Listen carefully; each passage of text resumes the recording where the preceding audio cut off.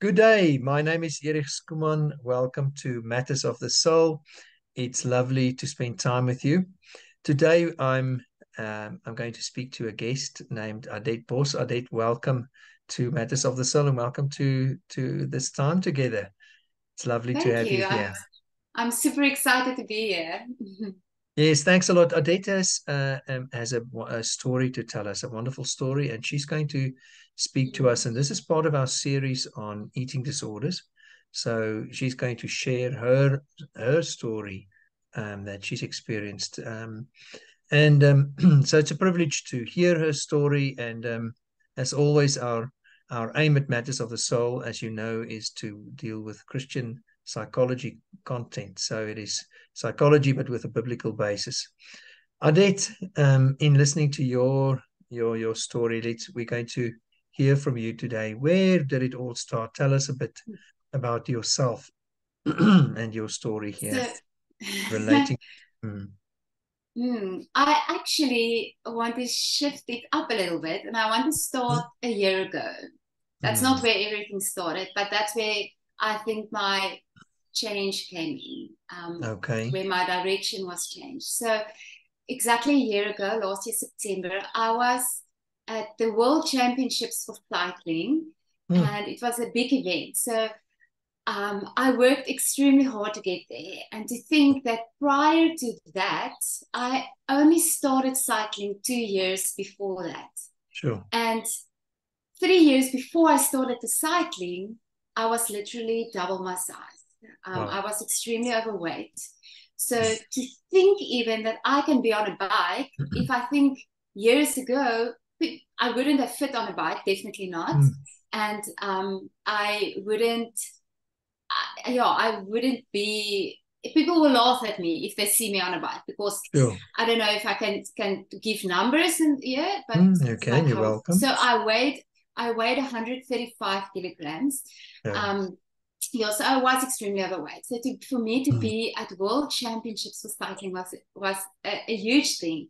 mm, Um, and I think I've worked hard to get there because mm, now I can see I was aiming for acceptance because okay. I was in a place that I didn't accept myself that much. So, Mm, um, mm, why was I so overweight? People will ask me that, and then I thought about it, and that's how I grew up.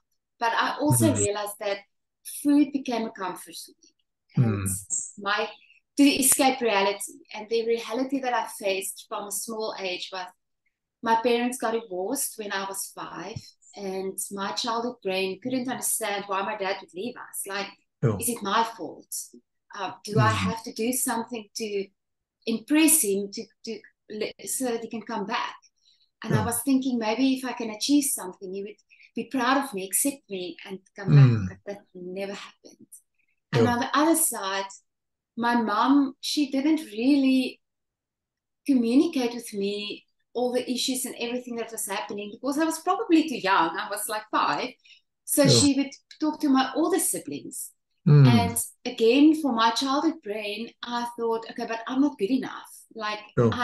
maybe if I can be the best in something, maybe then I'd be good enough. So I have to Mm, be the best in academics. I have to try and be the best in sport. And mm, in that, I also was an extremist. So I would do mm-hmm. anything to the extreme. So even with food, I was an extremist. I Ah, ate a lot. Like there wasn't limits, and I didn't know about healthy eating. Not that now I feel any food is fine, but yeah. like a salad even wasn't in my network. So Okay.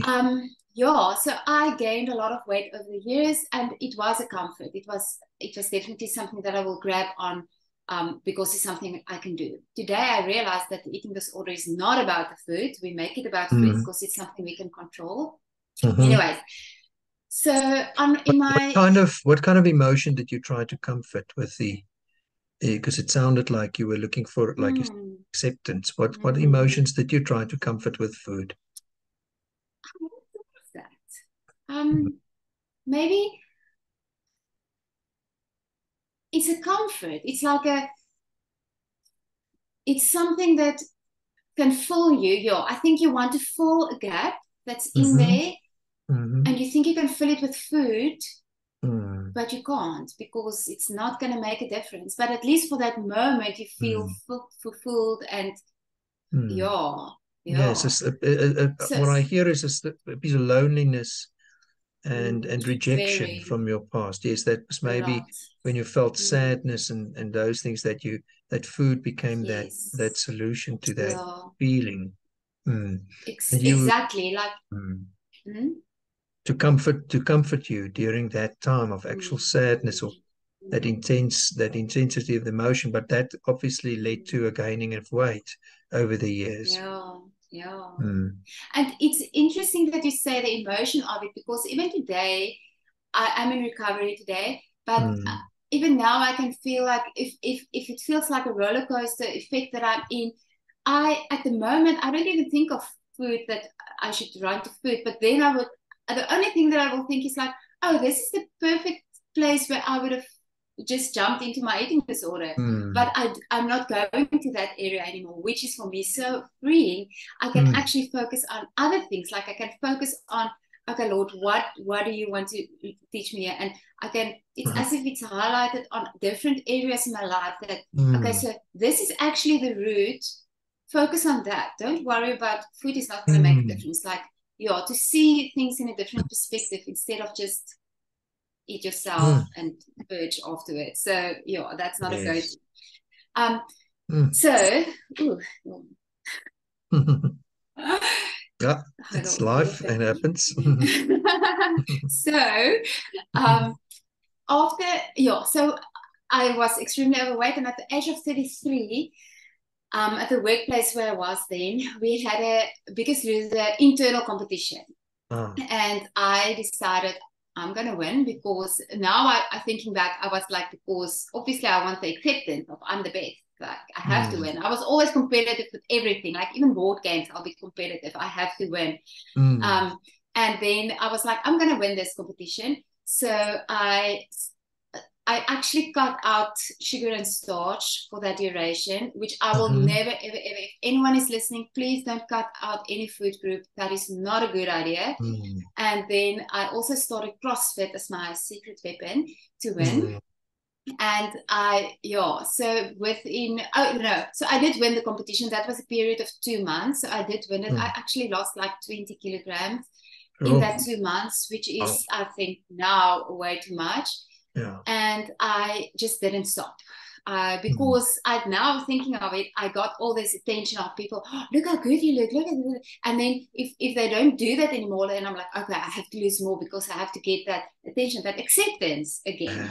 again, that's it. Um, Mm, yeah, so I never mm, stopped with that. And then after three years, so it took me 3 years to lose a total of 65 kilograms.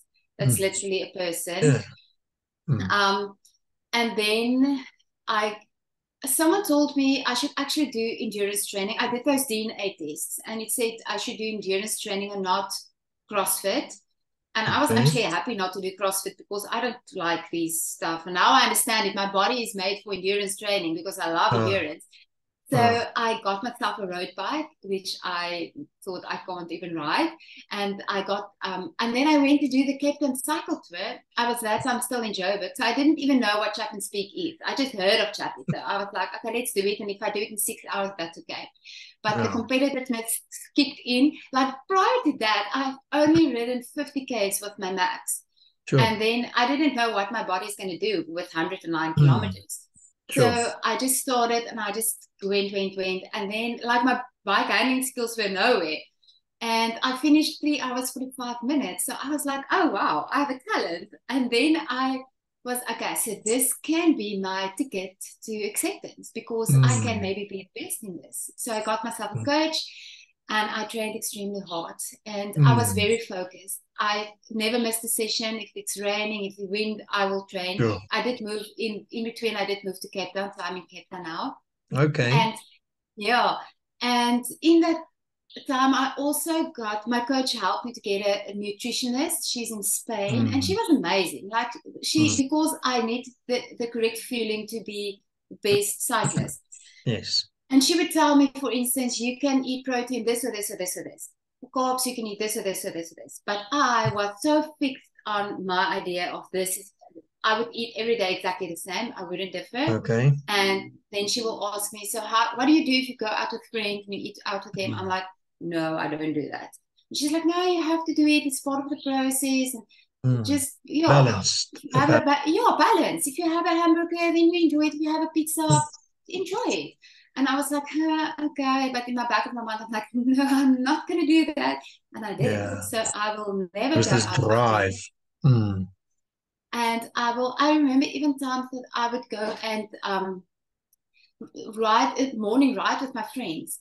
And then they will stop afterwards for breakfast, and I will look at the menu. I'm like, there's nothing I can eat. And they're like, no, you can order this and that. No. And then I will get like anxious, like I have to go home now, because actually I am hungry. Actually, I do want to eat, but I feel this is not on my plan. I can't eat this, because you get so focused. So my focus was on what I look like, how much I weigh, and what am I doing with myself. So I didn't worry about anything else. And if someone else is not in that picture, then I'm friends. Sorry, that's it. So that is my going there. And then I did reap the fruit. I did get to the highest spot, because within a year of cycling, I'm not sure if I already said this, but within a year of cycling, with my coach, I won both the national and the provincial time trial titles. And then I went to Dubai, and I did the Spinnies Dubai 92, where I came second. Sure. And I qualified for the World Championships in Italy. Wow. And that is how I ended up in Italy. So now where I started my story, which is amazing. Like literally within a year of cycling, from being extremely overweight to be there. And I was like, okay, if I can podium at the World Championships, I will definitely be accepted. Like this is my biggest chance that I have. And I checked the times and everything, and I really think I would podium. And I remember my first day in Italy, and it was so beautiful, and I was overwhelmed with the feeling of being there. And I went for my training ride, and I came home, and I was like, oh, amazing. And that is all that I can remember of it. And now I'm sort of feeling emotional. So on my second day, with the training ride, I fell. And I was immediately in a coma. And I have a memory loss of a month. And I spent 2 months in hospital in Italy. So I literally not woke up because the coma was for 2 days, but the memory loss was nowhere. So the doctor would also tell me afterwards, like, I would wake up and then I would ask, why is this so I did break my collarbone. I would ask, why is this sore? And then they'll explain to me, you fell and this happened. And then I'm like, and then I fell asleep again, and then I woke up and like, oh, what is this? So memory loss, short-term memory loss the whole time. Sure. And it took a month for them. They did so many tests. Like I had MRIs, EGGs, like I don't even know what tests I have, blood tests, everything. And they tested for a month, numerous tests. And then eventually they found out that I have a vitamin B1 deficiency. So that is a test that, it's a specific test. It's not a procedural test. They don't normally test for that. It's not do blood tests and then figure it out, see it. You have to ask for that. Yes. So if they didn't test for that, I would have been a vegetable today. Wow. My memory would still not be there. I would still probably lie in hospital or not knowing where I am. I didn't even know I was alive for that month. Wow. And then when they started injecting me with B1, then I started my 180-degree turnaround. So, that is literally a second chance in life. So B1, for those who don't know, so vitamin B1 is I had to also search for everything. I didn't know this, but it's the fuel that regulates your brain functioning and your nervous system. So everyone needs it, and everyone has it. Like it's in all the food that you eat. Like most of the food that you eat, it's there. But I didn't eat a variety of food.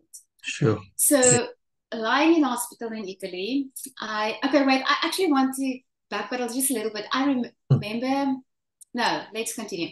So lying in bed in Italy, I checked, I Googled why will anyone have a vitamin B1 deficiency? Because why do I have it? And there was two bullets that jumped to my attention. And the one was not a variety of foods, which I just explained. And the other one was eating disorders such as anorexia and bulimia. Bulimia. Because especially the vomiting part. And I remember the week before I went to Italy, now I'm so emotional again. I sat there in front of the toilet, purging, and I told the Lord, I know what I'm doing. It's not okay. It's not fun, but I can't stop it. I can't help myself because my focus was so on what I looked like and everything that I just was so afraid of gaining weight again. And I want to be the best cyclist. So I have to gain my weight. And I would restrict myself so much that I won't have a cookie. I won't have this. I won't have that. And then my body actually needs it. He wants it. And then I will eat the cookie. I'm like, oh, freak, I shouldn't have eaten this. The guilt okay, let's eat a whole packet of cookies or 2 packs and then throw it up and then it's out of your body. And then that will happen. Like, I was very calculated because I was training for that. So I will only do it on days before.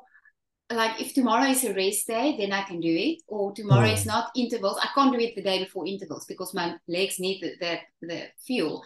So I was very calculated, sadly. I think it also helped me not to do it every day. Otherwise, I might have fell into that like rhythm. And so I would usually do it once a day and only like, say, 4 or 5 days in a month. Sure. And maybe continuously of 2 to 3 days. So I thought it's not that bad, and no one knew it, so it was a thing. So I remember it's in secret, isn't it? It was in secret, and I can hear it was a drive. It was like this fear of gaining weight and feeling that rejection again, just and wanting to then be the best, to get that approval and acknowledgement and acceptance. That was such a big drive, and it became a very strong focus, but it's almost like you felt that compulsion to now just do this because it's an emotional drive behind it, but it had severe consequences, like you said. So you said you were then calculating it in a sense. So it was out of control, but you were sort of trying to manage it, but yet it was still very strong. Yeah, and I also, so I remember sitting in front of that toilet. It was like literally a few days before I left for Italy, and I knew that would be the last time that I can do it until after the race. So after the race, I can do it again because I now need all the fuel in my body, because the World Championships was an intense race. I qualified for the time trial and the road race. And so the time trial my focus was on the time trial because I knew I can podium there. And even now, today, looking at times of the podium people, I was like, I still feel I would have been there, but it doesn't matter to me anymore. I don't care. I don't care that I missed it. Anyway, so I sat there and I told the Lord, we have to stop this. I don't know how, but please, we have to stop this. And never did I knew he would really stop it. Like, this is now the end of it. So for the first time in Italy, after literally like 5 years, but actually my eating disorder was prior to weight loss because I was overeating. So I think my eating disorder actually started when I was young, like say 5 or 6, small 8, because I was then overweight from grade 1 till matric. I was always the biggest kid in class. Okay. But for the first time ever, after 5 years of having bulimia, that's why I said 5 years. I told the doctor the neurologist, because I was in neurology, because of the blood on the brain and everything. And I told her that I have bulimia, and everything changes there. So the focus from their side was also different. So I thought after that, I will never ever put my finger in my throat again, because I almost died. Yes. But coming back to South Africa, it took me 3 months to come back to home to Cape Town, because after I flew with medical assistance from Italy to South Africa, immediately hospitalized again. I was in Pretoria in Wilgers in hospital there for 2 weeks or so. And then I stayed with friends in Joburg because I still had a sling on my arm, and I had to go for physio to get that. And my brain was still, I had breakdowns in like just PTSD moments, like in a shock, that I don't see my friend, and then I would just like started crying there. Like, I'm 40 years old, but I will start crying. I'm not 40 yet, but I'm almost. And yeah, so after a month, then I came back to Cape Town, and then for the first time, I was alone again. I was in my place, and people would started thinking, oh no, she's out of hospital, she's okay, she's back in South Africa. So I started feeling lonely again. And my brain also, I knew I can't train anymore. And I never did the training for my ED. Still today, I didn't do that exactly, because I trained to be the best, not to be the smallest. But it did intertwine a little bit. Yes. So I started to train indoor on my bike.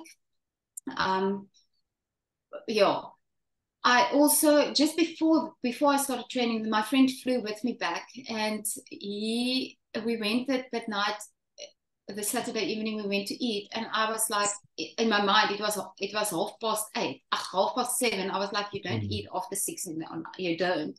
So when the food came, I was like, oh no, I'm not hungry. He's like, Adette, you are going to eat something. I'm like, I really don't want to eat. He's like, Adette, you haven't eaten anything today. You have to eat. And then I realized I didn't even realize. So someone was with me the whole day, and I didn't realize I didn't eat that day, because every time that we with someone, I'm like, oh no, I'm not hungry. I'm just going to eat, drink water, whatever. So actually, because for such a long time I couldn't train, my brain told me, if you can't train, you can't eat, because where's that food going to go? And he said, you're going to take one piece of the meat. I mean, it was beef strips, so small. And he's like, just take one of them. And I sat with it in my hand, and I just started crying. I couldn't put it in my mouth. And he said, just take half of it. And fear of gaining weight, how belachelijk, like it's terrible. And I took half of it and I put it in my mouth, and I couldn't swallow it. And I realized this is huge. This is where it's at. So I turned around at anorexia, like literally and then he will phone me, because he had to go back to Joburg, and he will phone me, ask, what did you eat today? And I will, no, I ate a lot. And then it was one potato strip, because we had breakfast and I still had those potato veggies left. So for a week, I ate one every day, an apple. And I will be like, I ate a lot. And he's like, Adette, it's not food. I'm like, no, but it was a lot. I'm very full. So the anorexia started kicking in, and then I tried to counter that. So then I started training. I was on my indoor bike. I couldn't be longer than half an hour at a time on it, but then I will go 5 times a day on it. Just to be able to train, because otherwise I can't eat, because he said I have to eat, and I have to show him what I ate, so then I have to train extra. And so then over exercising then to compensate. It's like that fear, And then anorexia, then bulimia crawled back again, and I was the deepest in the pit as ever. Like, I would binge and purge 5-6 times a day. Continuously, like the whole December. And I remember there were 2 days that I didn't do it. One, a friend of mine, she came to visit me, and she slept over, and I couldn't. I wanted to, but I couldn't. And then the other night, it was New Year's, and I went to friends in Melkbos, and the whole night I was like, okay, if I go home now, I can do it. If I go home now, I can do it. And then eventually we didn't. I was, because of my injury and the process, I was still very tired, and I was still not like so I left around 10 o'clock. I didn't even stay awake for New Year's.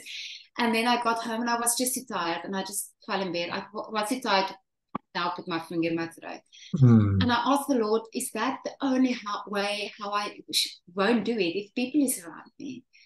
So I went back so I started seeing a psychologist for the post-traumatic stress of the accident. And I always thought, to see a psychologist, you are like, you're crazy. Like, you don't do that. Today, I like, please go and see someone. Like, it's amazing. It's amazing. And I told him, because I couldn't see him between Christmas and New Year, and that's where everything also flared up.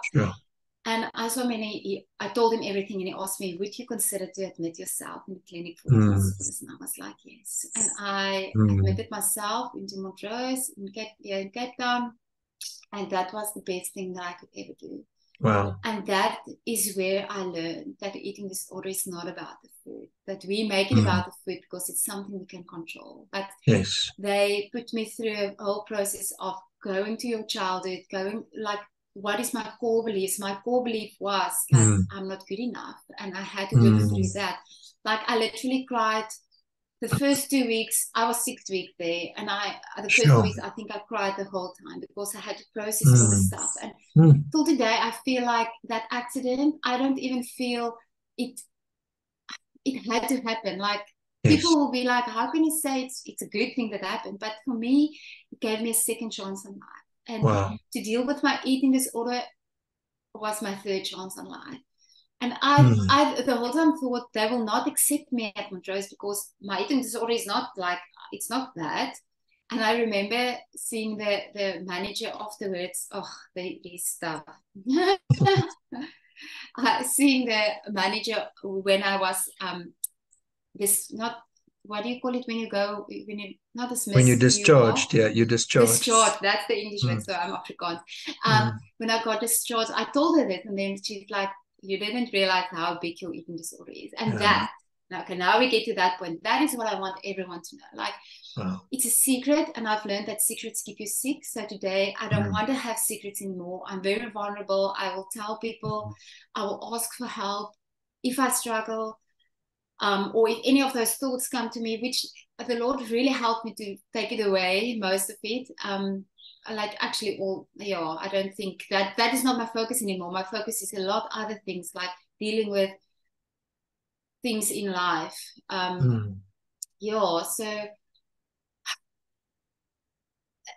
okay, so something that I didn't realize is the houvast. What do you how can you say that in English? The stronghold that an eating disorder has on a person.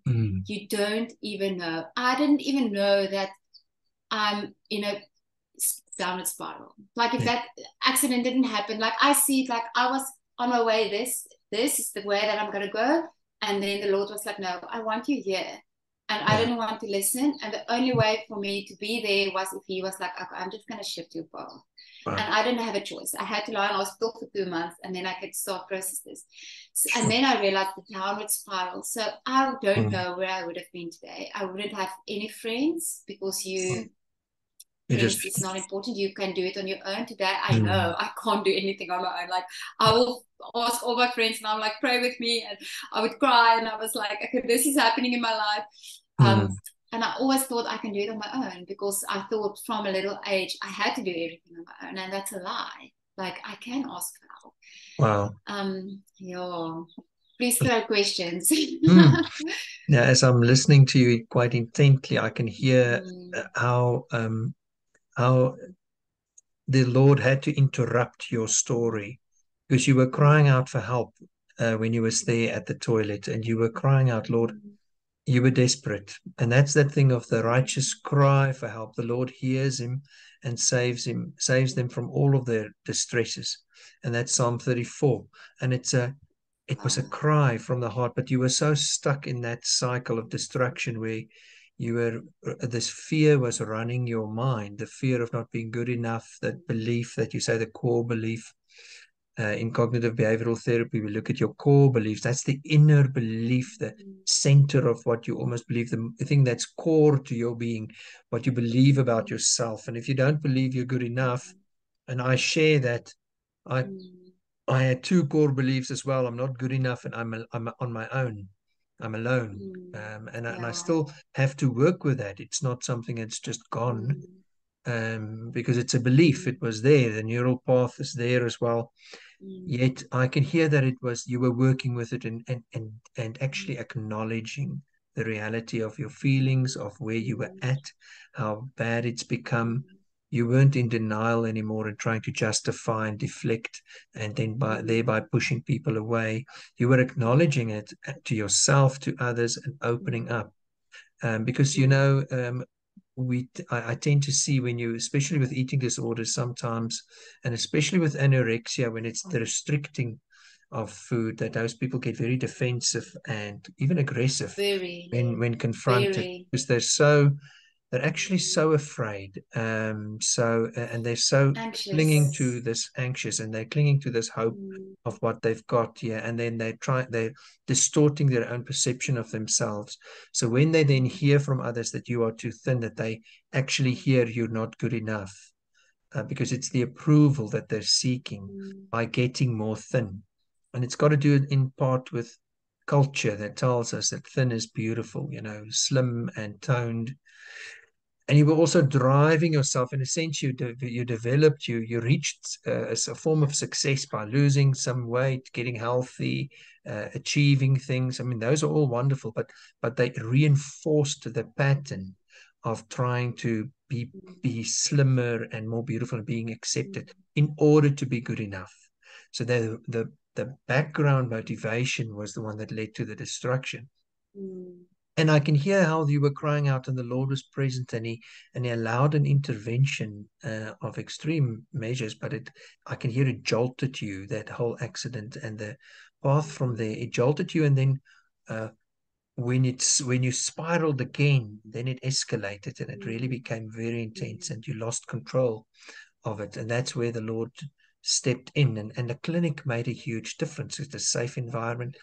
Initially it must have been very hard for you. Like you said, you felt like, now I'm acknowledging I'm crazy, but it's actually mm, acknowledging that you're human, that you've got your weaknesses, that you've got needs, mm, because it's such true, isn't it? Even I'm a mm. psychologist, and I mean, I deal with a lot of mental battles too. I always joke on all my programs, and I say, here's another one of my issues, that I'm going to talk about. Yeah, So yeah. it's true, It's because so good. mm, Yeah. and it becomes almost like an obsessive compulsive Mm, thing as well. mm, Some, we find with mm, OCD, with eating disorders, that OCD kind of behaviors, the rigidity, the pressure on mm, yourself, the mm, perfectionism, the harshness. mm, I share some of those thinking patterns as well, and it's quite intense, because it's very judgmental towards mm. oneself and even others. But I can hear how. Tell us a bit about how the Lord started working with you in the clinic as well, because you were dealing with Mm. core beliefs. What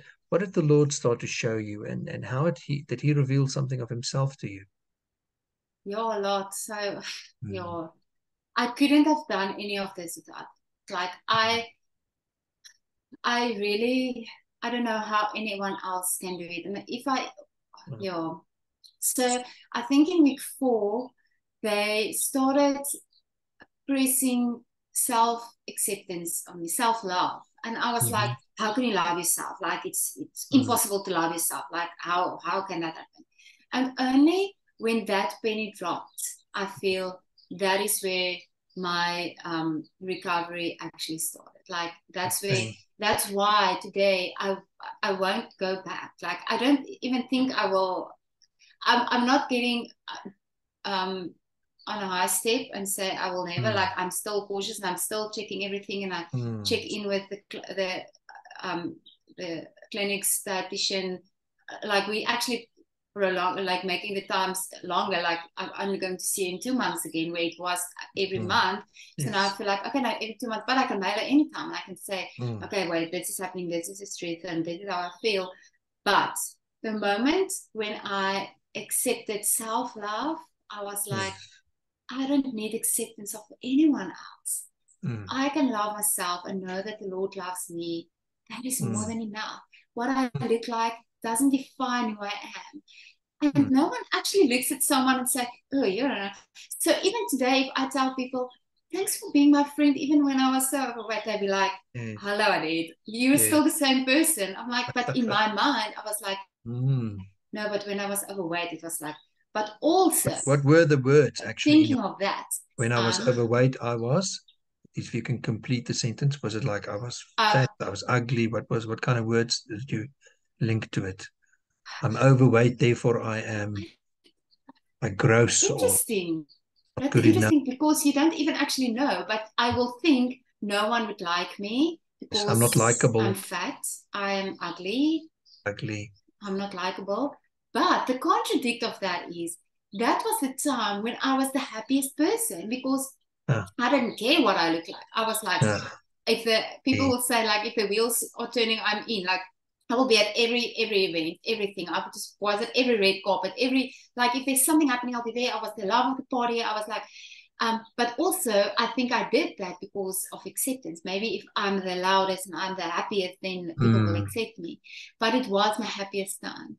And then after I started, the eating disorder got hold of me, especially the bulimia, I was like, very isolated. I'm not going to go out with people. I'm not going to be with people because no. And even if I look at pictures, I'm like, oh my goodness, I never want to look like be that thin, if I can say that again, like I was just before I went into the clinic. Because even the other day, the dietitian, she asked me, do you know how overweight you are? Not over, how underweight you were. Nothing with weight. Under, no, so if you're not fed enough, not undernutrition, like malnourished. Yeah. I was like, really? Because I didn't know that. Because if you're in the eating disorder, you don't realize that you're not eating everything. Even the other day, I told a friend of mine, my nails was never as strong as now. Like because I get all the food in, and if I want a snack, I can have a snack. I can have a chocolate. I can have a cookie. I still go with like 3 meals, 3 snacks a day, and I do it. Like, and it's nothing if my weight is still exactly the same as it was like literally 11 months ago when I was in the clinic. And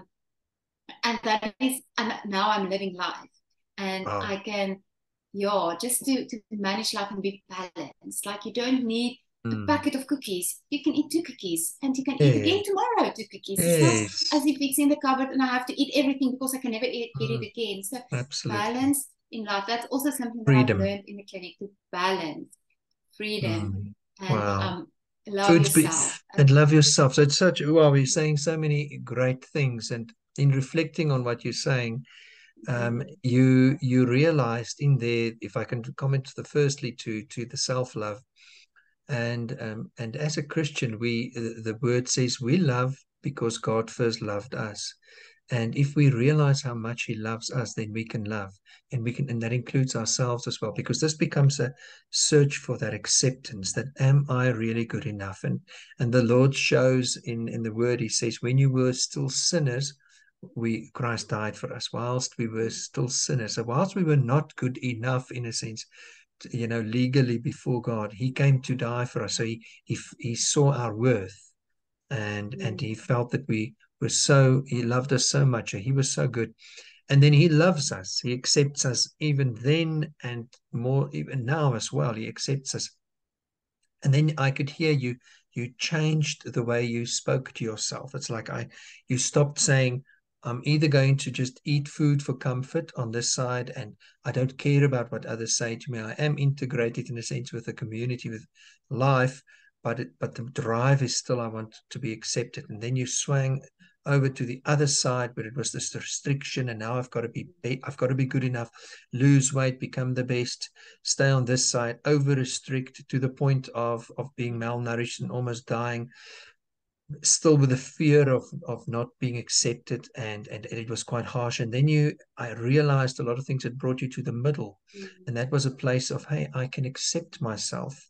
I can say you are okay, whether you're here or here, doesn't matter. You are good enough the way you are, because you're more than your body. It's so amazing how many of the thoughts that I've echoed, you echoing of what I've said in the previous programs that we recorded, that you're more than your body. You are a person with relationships. You've got a relationship with the Lord, with people. You've got talents and gifts. And does your body really, and your weight and shape and size, does it really define just who you are, or is it a part of who you are? And what I could hear is that the surprising message for you from other people was like, when you were 135, they said, we loved you. We were, and so there was even from others, there was an acceptance. Obviously, there can be a healthy concern for people's health, a concern for people's health, but that doesn't mean that there's not an acceptance of the person. But somehow we connect our identity, our worth, with how we look. And initially I did this with my bald head, I wear a hat now because it's lacquer, but I It's felt when I nice, was, actually. yeah, when I was 19, I lost my hair. I started to lose my hair. Mm, And I mean, you're young, you're sure. vibrant. I thought I was never going to get a wife because now I'm losing my Mm, hair. So I felt so self-conscious and my self-worth dropped. And I had a huge battle with, am I now good enough or not? Um, will I ever get a woman to like me? Because now I look horrible. mm, Those words, horrible, fat, ugly, mm. you Yeah, know, you say not that. good enough. It's the same thing. And I also had to come to a place to say, whether I have hair or not, I am good enough. And I remember crying one day and actually coming to that place where I had to decide it because it is I've got to balance that. I've got to say, Lord, you are the one who Mm, define me. You define mm, where I'm your child and I'm your beloved child. And it's striking how God says that to Jesus when he came out of the waters of the baptism. From heaven, he says, this is my beloved son in whom I'm well pleased. Listen to him. And Jesus didn't even perform one miracle yet or do anything. And God's well pleased with him. He loves him. He loves us, whether we have sin or not. That doesn't mean sin is good, but he took our sin. So, and he justifies us. He loves us.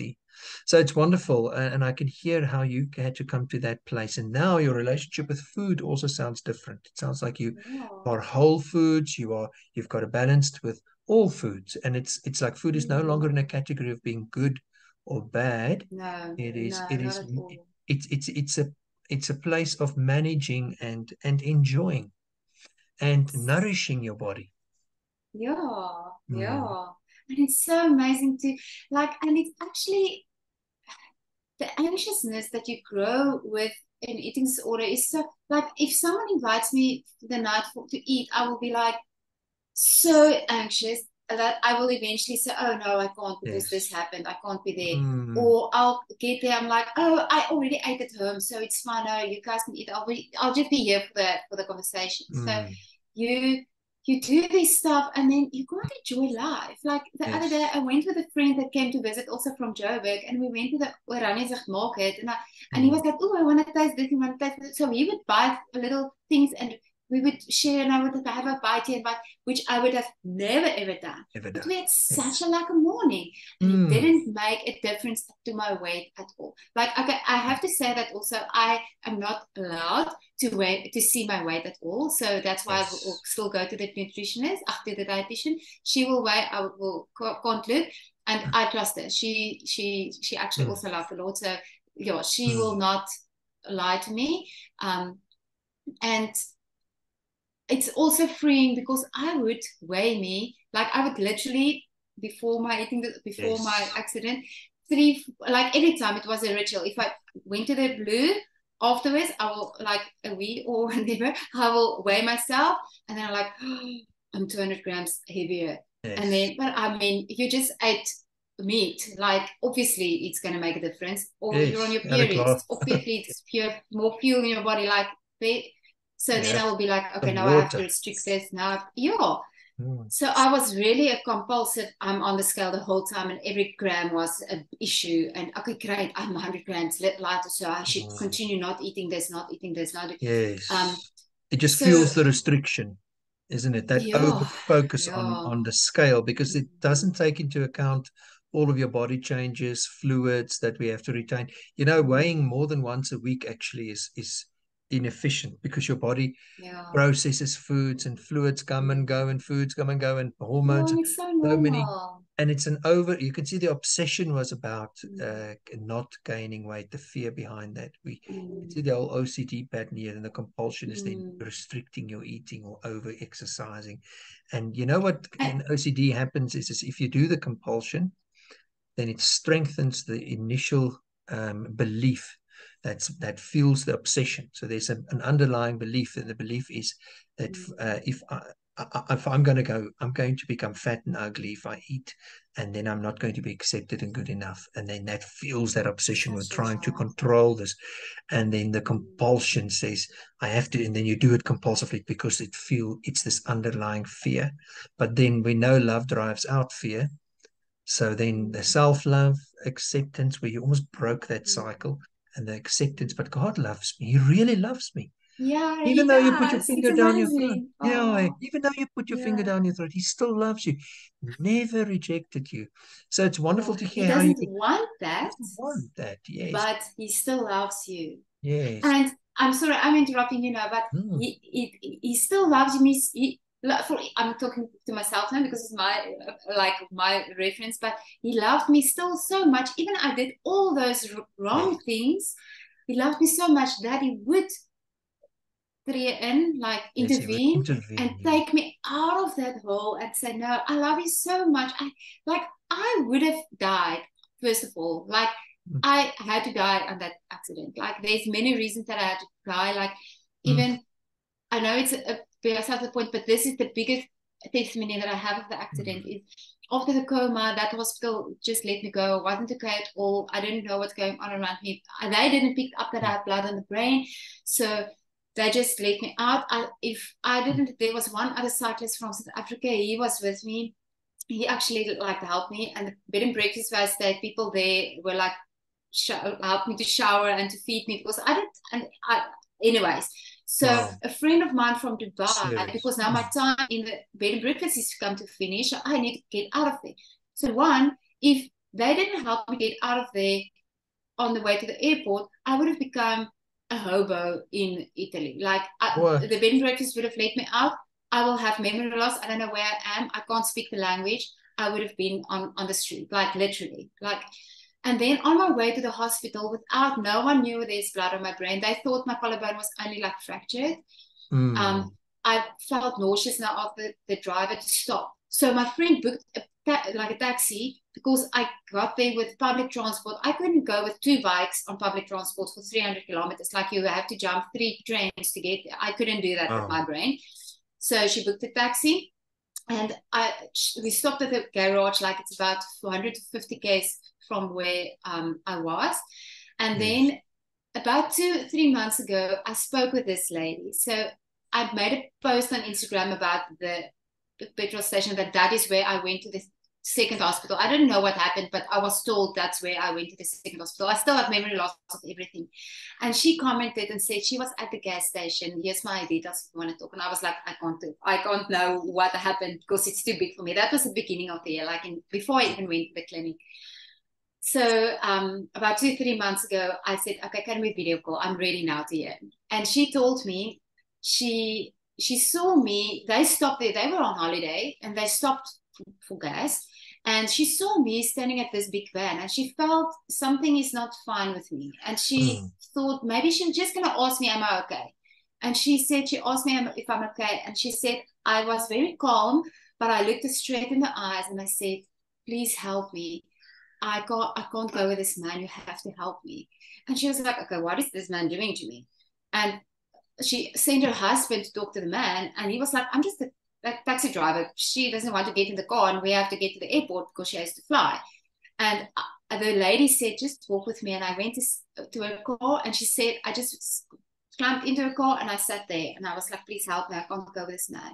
And she saw that I still had the hospital band on, and she phoned the ambulance, and they came to pick me up. And she said, I just went into the ambulance and I went to the hospital. And only there they picked up I had blood on the brain and broken collarbone. So if I did go with that man and I flew, my brain would have literally exploded from the pressure. So I would have Wow. died.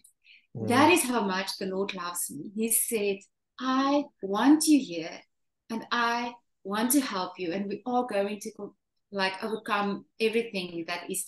And even after Yeah. I've overcome the eating disorder now, because my focus is not on the eating disorder anymore. Now he can highlight other areas in my life that actually need attention, that Yeah. actually needed healing, that actually needed Wow.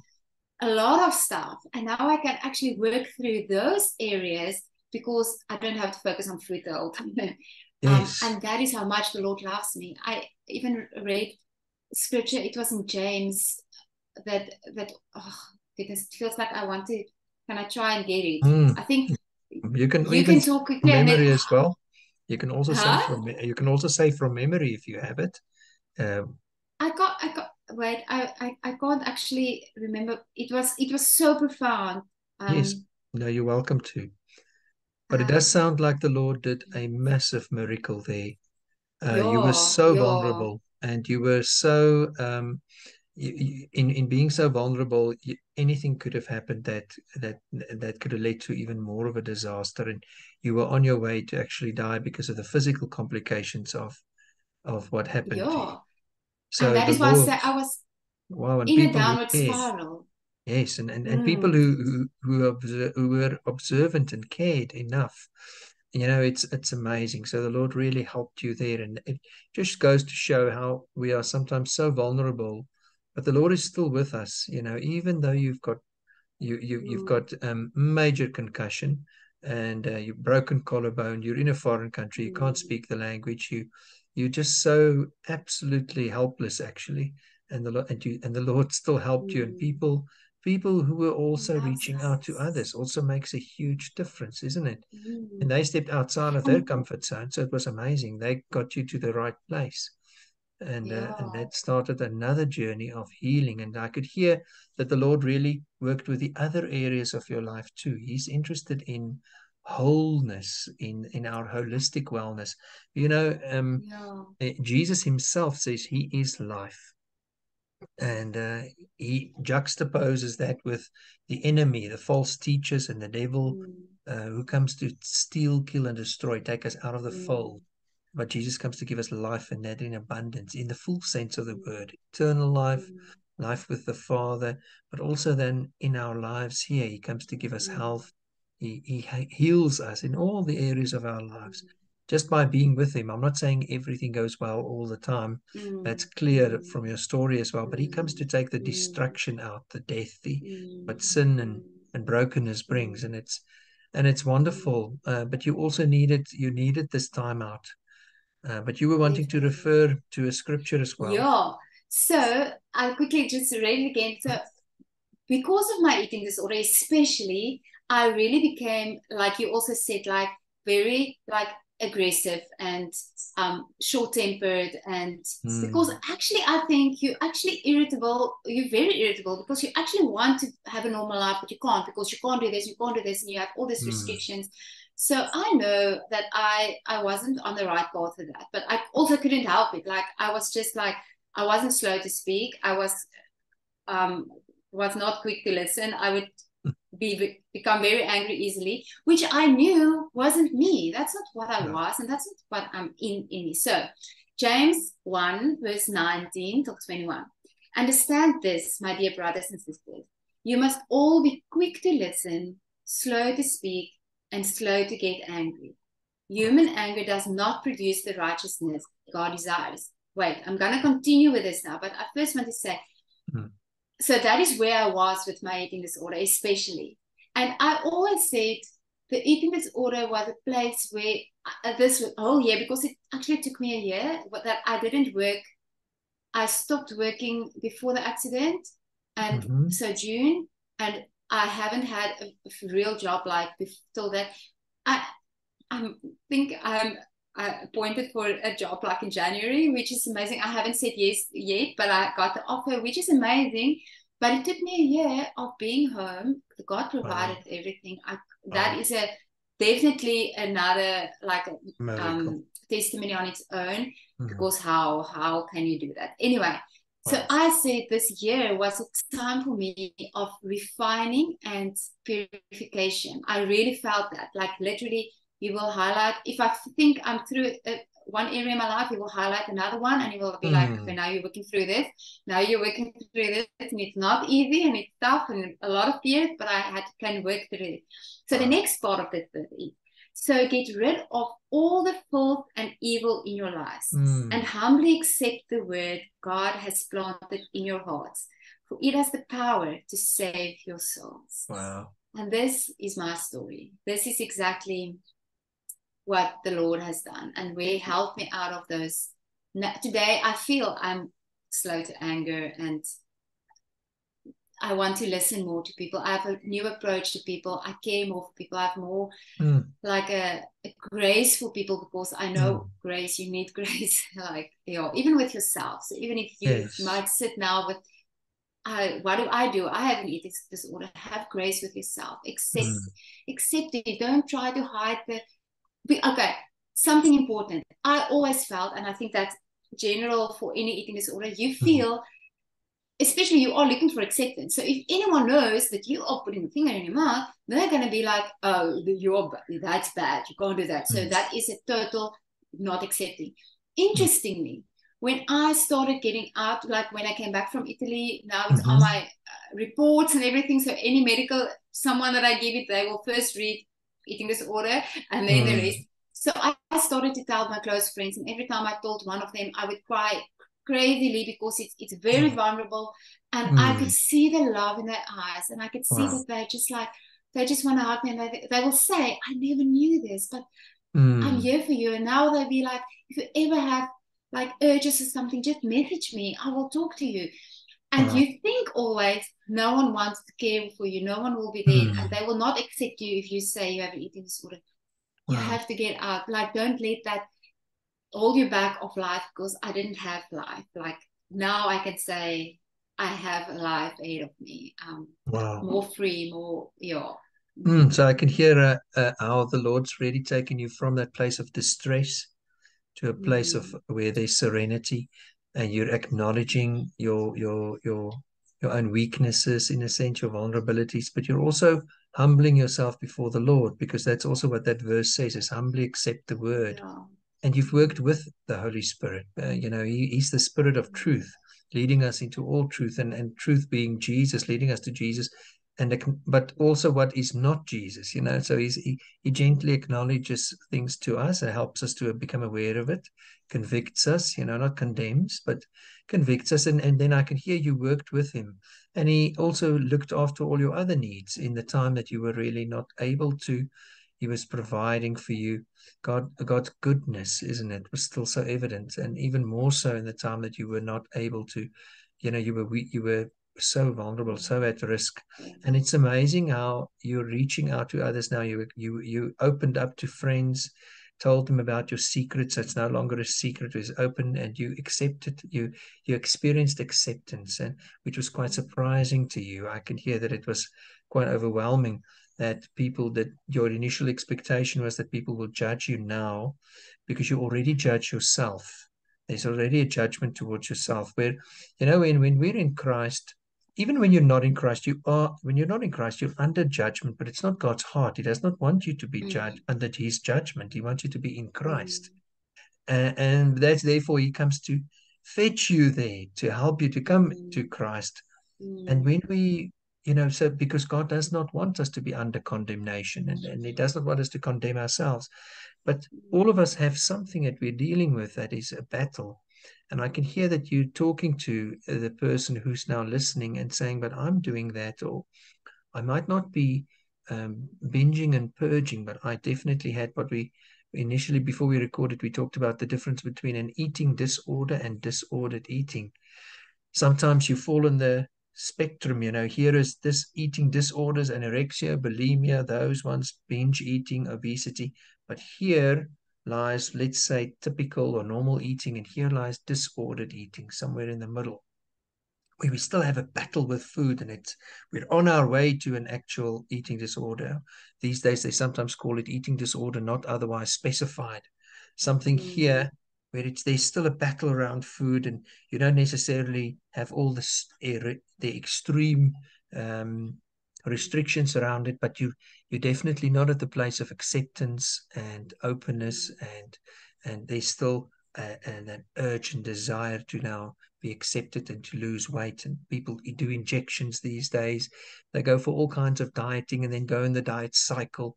So even if you find yourself there, maybe talk to that person where they are at, and they're now listening to your story, hearing that they're recognizing themselves in this. Where do they go from here, from where they're there? What's the next step? What would you say? I first want to say that I was there. Before I started the weight loss, actually my strict weight loss, I was on every single diet, pill, injection. I was on everything, but it's temporary. Like every time you will do it for a month maybe, and you will lose like 5-6 kilograms, and but then you just fall back and you gain the weight again. It's not, you can't maintain it for forever. Yes, isn't it? I said at the beginning, like, never restrict any food type, because chocolate is also okay. Yes. Don't eat a whole slab, but you can have a block. You can have like a normal small chocolate. Yes. You can have it. Portion control, but I don't even want to use the word control, but just management. Yes. Management. Yeah. So I, for instance, I will never now, what I've also learned in the clinic, you don't talk about this is a good, this food or good, or that is bad. So if someone's like, no, but sugar is not good for you, I'll be like, can we talk about something else? Because sugar is okay. Like, I'm going to have this cookie. I'm going to make myself bake cookies with sugar in, which I would also have never done, because no, it's not up. It's a lie. It's like, a lie. Enjoy life, enjoy that. So if you are there, I think also to talk about it, don't, because the eating disorder, and especially that, it's something that you start internally, and you're like, it's a mission that only you know. But the moment you start talking about it, you're like, okay, you actually sound simple. Like, it's just food. It's just a cookie. Wow. So I didn't actually have an answer on what to do next. If anyone wants to contact me, you're more than welcome. Yeah, so I'm on Instagram as well. Fit like wonderful. Yeah, that's so wonderful. So contact also me. But I enjoy life. I want to link on with what you said, because I think you've actually mentioned a few next steps. And I think the first step is maybe talking to somebody, reaching out for help, not doing this on your own, coming to a place, and this is hard. It's acknowledging that you're not okay and that you need help. And even reaching out to professionals like you did makes the difference. You don't have to do it on your own. And it's because it's so hard. And my previous program that we recorded, that's also going to be broadcasted, it was a discussion with my wife on a process called Thin Within, or the new name is Revelation Within. It's a grace-oriented approach to lasting weight loss, but it's actually the principles that you're talking about today. It's about that. There are no restrictions. It's all in moderation. You realize when you're eating, why you're eating. You enjoy food. You do it with the Lord. You're conscious eating, or aware eating, and mindful eating. And there are no rules in that sense. So you just try to make healthy food choices, but all foods are permissible. It's those, and it's a hunger where you eat when you're hungry and you stop when you've had enough. And it's about balance. So the next step, I think, like you said, is reaching out to others, and then saying, I need help. And even if you think, but I don't have a full eating disorder, I'm just in this dieting cycle, maybe I should stop dieting. But you know what? Maybe you've realized you need a little bit more guidance. And this program is what we're aiming to do here, is to direct you, to say, go and have a look at those processes, like Revelation Within. Maybe go and see somebody, a professional, to take the next step and just get some more help, so that you're not here on your own. Because research shows that the dieting cycling is a precursor to eating disorders, to developing eating disorders. It sets you on the path, because it starts that thinking of, I'm not good enough here, I have to restrict, going to extreme restrictions, which starts this to and fro between overeating and restricting. So then the binging, purging, and or with anorexia, you just go into over restriction. They can also sometimes purge, but then food becomes a foe. It becomes an enemy instead of a friend, and it becomes, because God has given us all things to enjoy. How amazing. And yes, and if people want to reach out to you, it's also good. And I also want to encourage people to go onto Matters of the Soul's YouTube channel and Facebook, and go and have a look. We've got lots of content there that's available. There's lots of help available outside. You don't have to battle with this on your own. Do you have any last thoughts for us, Adette? I so much appreciate your time. No, thank you. I actually had now while you were talking, but now it slipped my mind again. But I just again want to exaggerate, like, that don't be afraid to reach out for help. Like you also now said, like, you feel you're not going to be accepted the moment you come out in the light with it. But when you come out in the light, then the light can actually shine on it, and you can get your healing. Like if I didn't accept it, that I have this, this is what I actually want to say.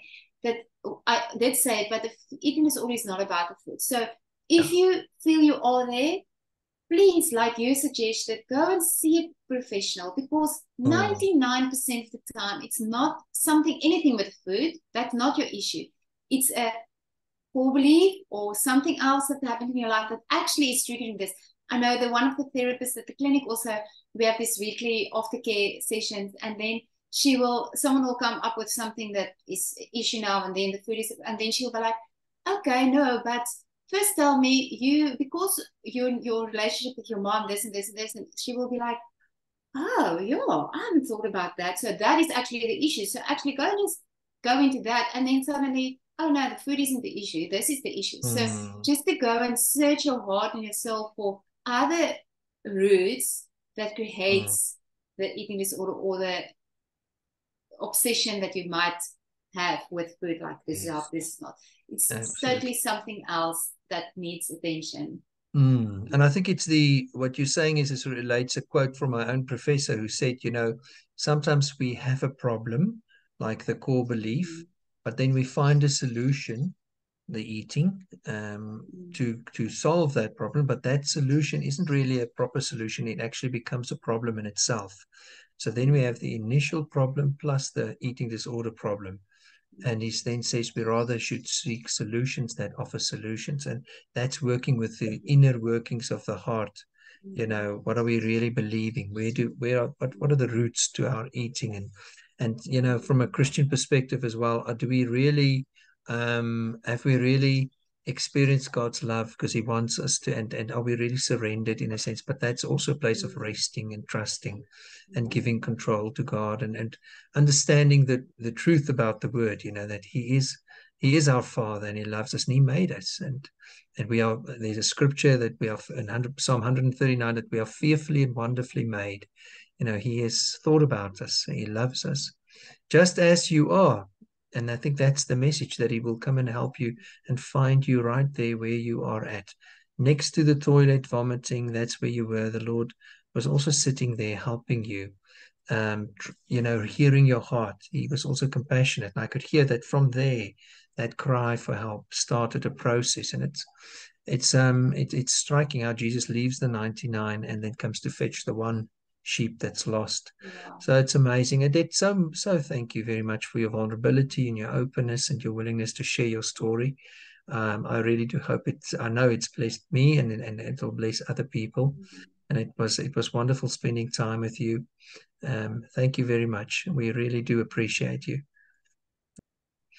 So and for the listeners, for those who are watching, remember, go and check out our Facebook at Matters of the Soul, because we have bi-weekly Facebook lives, and this you'll see lots of other videos on our Facebook page as well. Just go under the tab videos or Matters of the Soul on Instagram or YouTube. And on our YouTube channel, I think we've got almost 336 videos going strongly. So with lots of themes on trauma and hope and OCD and anything, addictions, stress, anxiety, you can find lots of help there as well. So Adette, thank you very much again. It was lovely spending time with you. And then for the listener and the viewer, may God bless you. We'll speak again next time. Goodbye. Bye.